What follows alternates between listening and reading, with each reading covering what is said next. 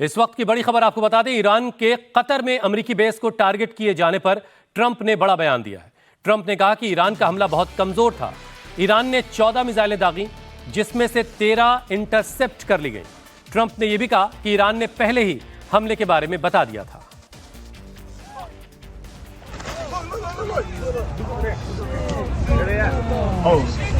Hey! Splash! Splash! Splash!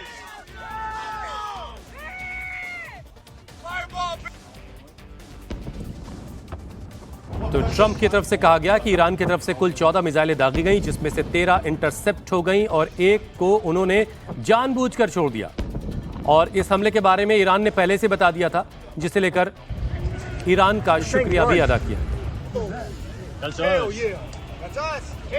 Fuck yeah!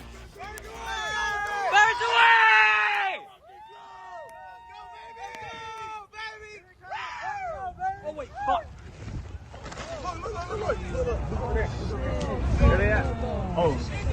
Hey!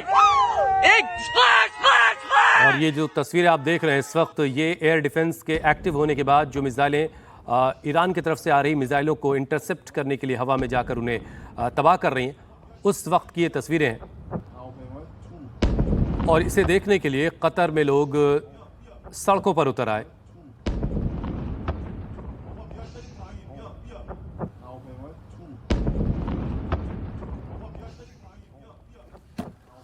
Qatar के अमेरिकी base पर ईरानी हमले को लेकर ट्रंप का एक और बड़ा बयान आया। ट्रंप ने कहा कि मिसाइल अटैक में किसी भी अमेरिकी को नुकसान नहीं हुआ है। सबसे अहम बात यह है कि कोई भी कतरी शख्स भी जख्मी या मारा नहीं गया। यानी कतर के अमेरिकी बेस पर ईरान का हमला सिंबॉलिक था। ईरान की तरफ से यह अमेरिका को मैसेज दिया गया कि उस पर अटैक हुआ तो वो भी जवाबी कार्रवाई कर सकता है। ईरान के हमले पर ट्रंप का एक और बड़ा बयान भी सामने आया। उन्होंने कहा कि मुझे बताते हुए खुशी हो रही है कि किसी भी अमेरिकी के मारे जाने या घायल होने के अलावा सबसे महत्वपूर्ण बात यह है कि कोई भी कतरी व्यक्ति या कोई और शख्स इसमें जख्मी नहीं हुआ है। सोशल मीडिया पर डोनाल्ड ट्रंप ने यह पूरी जानकारी दी है।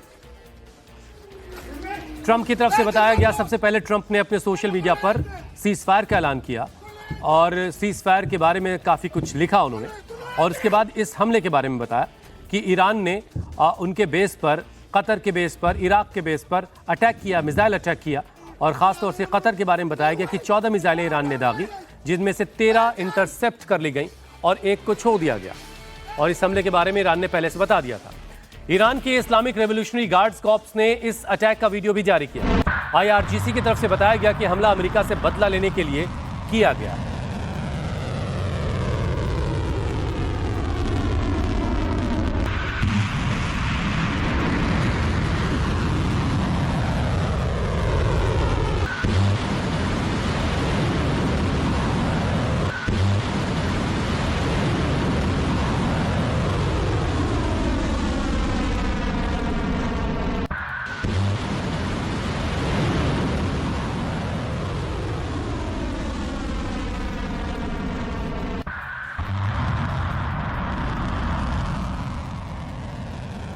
कतर पर अटैक को लेकर अमेरिका के उपराष्ट्रपति जेडी वेंस का भी बयान आया।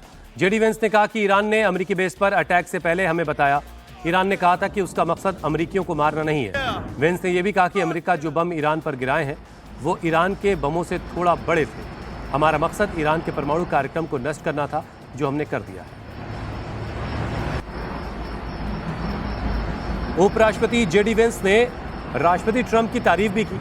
उन्होंने कहा कि राष्ट्रपति ट्रंप ने जो कदम उठाया उसके जरिए हमने ईरान के परमाणु कार्यक्रम को नष्ट भी कर दिया और किसी अमेरिकी को कोई नुकसान पहुंचे बगैर ये टारगेट हमने अचीव कर लिया है। ईरान ने अमेरिका के खिलाफ अपने इस ऑपरेशन को बशारत अल फतेह नाम दिया था। हालांकि ईरान की तरफ से दागी गई ज्यादातर मिसाइलों को कतरी और अमेरिकन एयर डिफेंस सिस्टम ने हवा में ही इंटरसेप्ट कर लिया।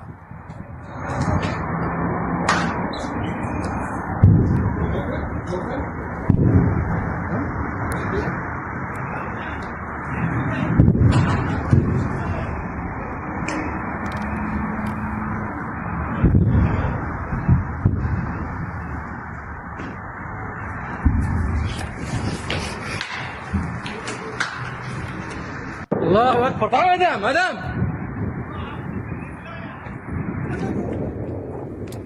ईरान दावा कर रहा है कि जितने बम अमेरिका ने उस पर बरसाए थे उतने ही बम उसने भी कतर में अमेरिकी बेस पर गिराए। हालांकि अमेरिका के सारे बम टारगेट पर लगे थे। ईरान को भारी नुकसान हुआ, लेकिन ईरान की मिसाइलों ने कोई इंपैक्ट नहीं किया।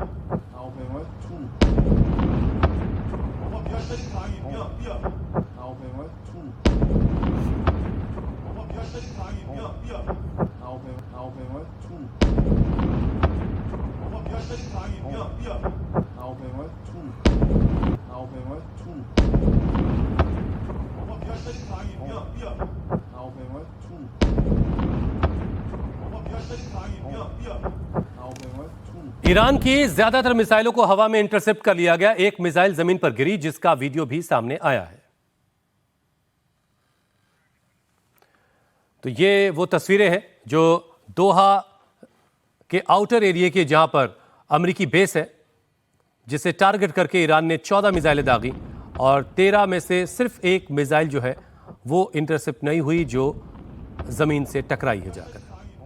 और ये उसकी तस्वीर है जो काफी दूर से ये वीडियो बनाया गया है।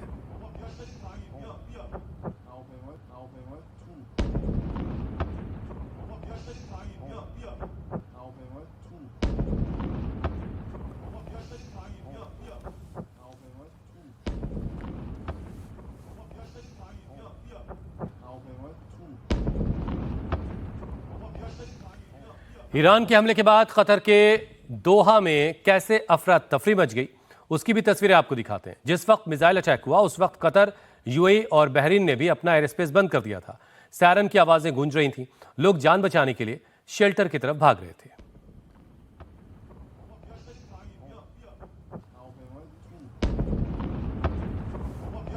अब खबर यह भी है कि ईरान के अटैक से कतर गुस्से में है। कतर के विदेश मंत्रालय के प्रवक्ता माजिद अल अंसारी ने कहा कि ईरान ने अल उदीद मिलिट्री बेस पर हमला करके कतर की संप्रभुता और एयर स्पेस नियमों का उल्लंघन किया। ईरान ने कहा कि कतर के पास हमले का जवाब देने का पूरा अधिकार है। कतर के एयर डिफेंस सिस्टम ने इस हमले को नाकाम कर दिया और ईरानी मिसाइलों को कामयाबी से रोक दिया। और ईरान के supreme leader Syed Ali Khamenei का बयान भी आया है। उन्होंने कहा कि हमने किसी को नुकसान नहीं पहुंचाया, किसी भी हालत में हमें उत्पीड़न मंजूर नहीं है, यह बात कही गई उनकी तरफ से। और ईरान किसी के आगे झुकेगा नहीं, ये सैयद अली खामनेई ईरान के सुप्रीम लीडर की तरफ से ये बातें कही गई हैं। ईरान इजराइल जंग के बीच तेल अवीव से भारतीयों की वतन वापसी हुई। दिल्ली एयरपोर्ट पर भारतीयों को लेकर फ्लाइट बस अभी अभी पहुंची है। तेल अवीव से भारतीयों की वतन वापसी हुई है। अभी अभी तेल अवीव से एक फ्लाइट दिल्ली पहुंची है। और ये तस्वीरें आप देख रहे हैं, तेल अवीव से भारतीयों को लेकर लौटा विमान दिल्ली में लैंड कर चुका है।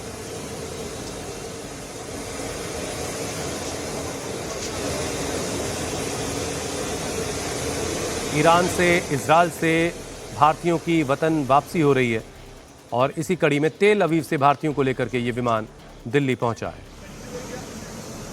और भारत सरकार ने जिस तरह से एयरफोर्स को भेजा आपको रेस्क्यू करने के लिए, इसके लिए क्या देखिए, मैं ये कहूँगा कि ऐसा पूर्व भविष्य में कभी मोदी सरकार से पहले नहीं हो पाया, जो कि अब हम देख रहे हैं। जैसे आपने देखा होगा, ईरान से आए और इजराइल से हम यहाँ आए, इसके लिए हम बहुत बहुत धन्यवाद है हमारी गवर्नमेंट का। आप देख ही रहे होंगे कितनी तीव्रता से ये मिशन सिंधु चलाया गया और इजराइल से हमें यहाँ पर लाया गया। और ये दिनांक 22 तारीख को पहली हमारी फ्लाइट आई थी, जो कल पहुंची होगी यहाँ पर। और कल दिनांक 23 में हमारी दूसरी फ्लाइट थी, जो आज पहुंची है यहाँ पर। इंडियन एम्बेसी का इतना सहयोग मिला कि हम घरों के अंदर बंद थे, स्थिति भयानक थी, और वहीं पर हम जो है मेल के माध्यम से उनसे जुड़े रहे। वो पल पल की खबरें हमारे से लेते रहे। इंडियन एम्बेसी और इंडियन गवर्नमेंट का इतना अच्छा योगदान रहा हमारे लिए कि हम भयभीत होते हुए भयभीत नहीं रहे, और आभार व्यक्त करते हैं इस हमारी भारतीय सरकार का, आभार व्यक्त करते हैं इंडियन एयरफोर्स का कि हमें इतने अच्छे प्रकार से हमें यहाँ पर लाया गया, हमारे खाने पीने सारी व्यवस्था की गई। हम बहुत आभारी हैं। आप रह रहे थे, वहाँ स्थिति कैसी है, सिचुएशन कैसी है? मैं इसकी कैपिटल में था। तो भारतीय वायुसेना के विमान के जरिए भारतीयों को तेल अवीव से दिल्ली लाया गया है, और ये तस्वीरें आप देख रहे हैं। ये एयरफोर्स का विमान जिसके जरिए भारतीयों को लेकर के तेल अवीव से विमान दिल्ली में लैंड कर चुका है।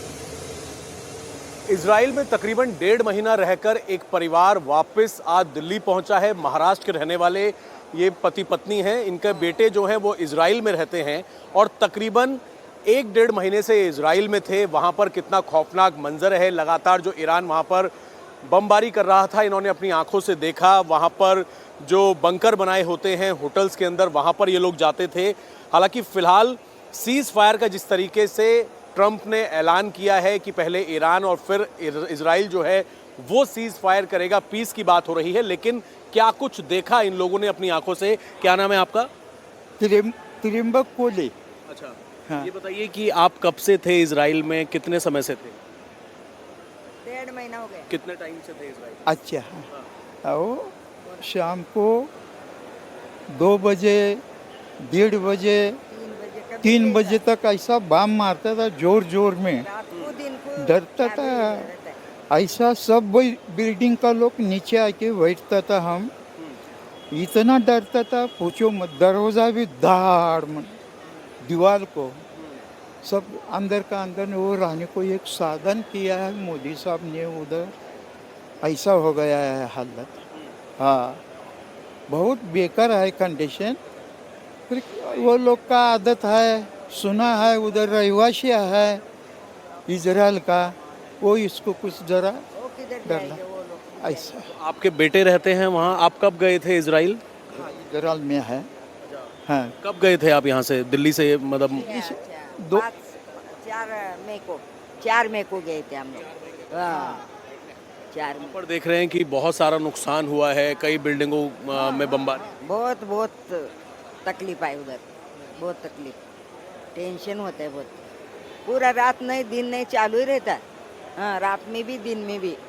कभी सुबह 7 बजे, 8 बजे, रात को 3 बजे, 4 बजे, कभी भी 2 बजे चालू ही रहता है। हाँ, ऐसा उठ के भागना पड़ता है नीचे रूम में। आप लोग वहाँ अपने बेटे के जब घर में ही रहते थे, वहाँ पे फिर नीचे बंकरों में जाना? हाँ, रोज शाम को, रात को, दिन को चालू ही रहता था। क्या करते हैं आपके बेटे वहाँ पे? एमबीसी में है। हाँ, अभी वापस आप लोग किस तरीके से आपकी हेल्प की है सरकार ने, वापस आने में कैसे आए हैं? बहुत मदद किया, बहुत अच्छा हो गया। मोदी साहब को धन्यवाद।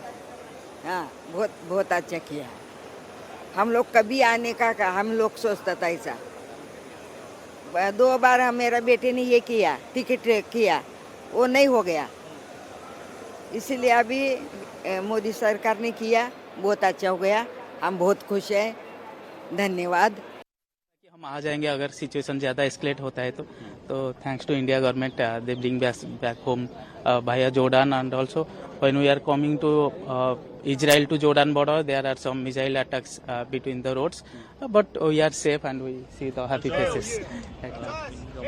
Fuck yeah! से आपको सेफली रेस्क्यू किया गया, किस तरह से ये पूरा रहा? क्या देखिए, गवर्नमेंट ने बहुत तो सपोर्ट किया है, और हमें भी गवर्नमेंट के ऊपर काफ़ी भरोसा था, क्योंकि जो मोदी जी है हमारे, जिन्होंने अभिनंदन वर्धमान को भी ले आए थे पाकिस्तान से, और इजराइल तो हमारे फ्रेंडली कंट्री है, तो हमें काफ़ी भरोसा था कि अगर ज़्यादा एस्केलेट होता है तो इंडिया गवर्नमेंट हमें इवैक्यूएट कर देगा। तो 2 दिन में जो एम्बासी है वहाँ पे, और जेपी सिंह सर जो है वहाँ के एम्बेसडर, उन्होंने सबसे कोऑर्डिनेट करके सुरक्षित से, और हमारे हॉस्टल से ही जाके हमें पिक किए। ऐसा नहीं कि कहीं पे, पूरा हॉस्टल से लेके बॉर्डर तक आए, फिर बॉर्डर से दूसरे बहुत अच्छे बॉस से काफ़ी अच्छे व्यवस्था के साथ, मतलब खाना पीना कोई भी दिक्कत नहीं हुआ, ला के हमें यहाँ पहुँचा दिए इंडिया एयरफोर्स में। वहाँ से आ रहे थे उस वक्त कैसी सिचुएशन थी और क्या डर का माहौल था कि जल्दी से भारत पहुँचे और सुरक्षित? ये जो 2 दिन पहले जब यूएस ने फिर से अटैक किया तब उससे पहले थोड़ा सा कम हो गया था, लेकिन यूएस अटैक के बाद काफ़ी ज़्यादा फिर से एस्केलेट हो गया, तो फिर हम सबको जल्दी में निकलना पड़ा। और जब हम रोड पे आ रहे थे तभी भी 2 बार मिसाइल का सायरन आ गया था, लेकिन हम सब सेफ है। Thank you.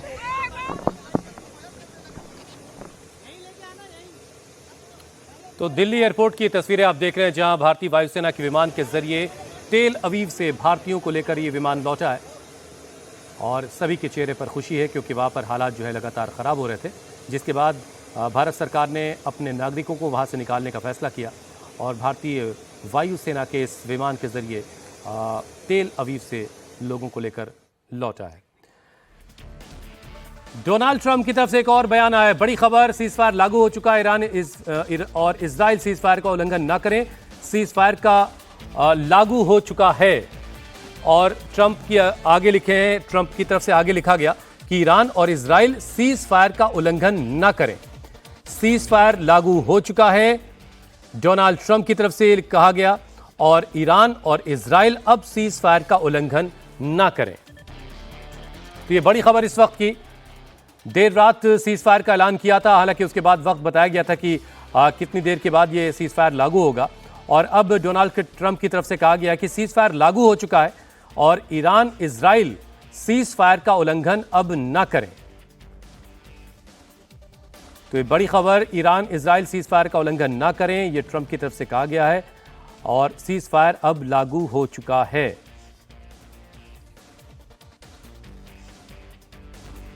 ये आप देख रहे हैं डोनाल्ड ट्रंप का, रियल डोनाल्ड ट्रंप के हैंडल से ये एक्सपोस्ट आया है, जिसमें लिखा है the cease fire is now in effect, please do not violate. ये इतनी बात लिखी है डोनाल्ड, उसके नीचे उनका नाम लिखा हुआ है, Donald Trump, president of the United states.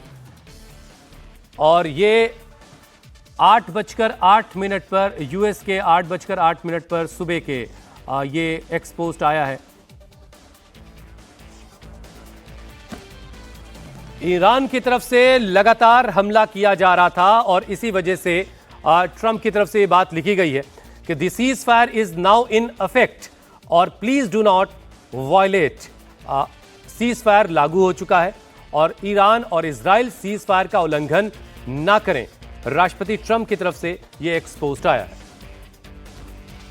Trump ने कल भी सीज फायर का ऐलान किया था, लेकिन इजराइल और ईरान दोनों नहीं माने। ईरान के अटैक से जहां इजराइल में पैनिक है, तो इधर ईरान में भी भारी तबाही हुई है। सीज फायर से पहले इजराइल ने तेहरान पर जबरदस्त अटैक किया।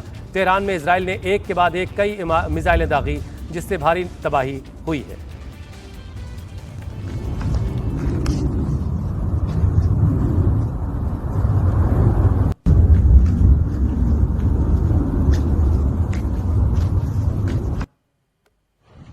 Oh, Daniel Ume. Ja, Belfast. Oh, Daniel Ume. Ja, Belfast.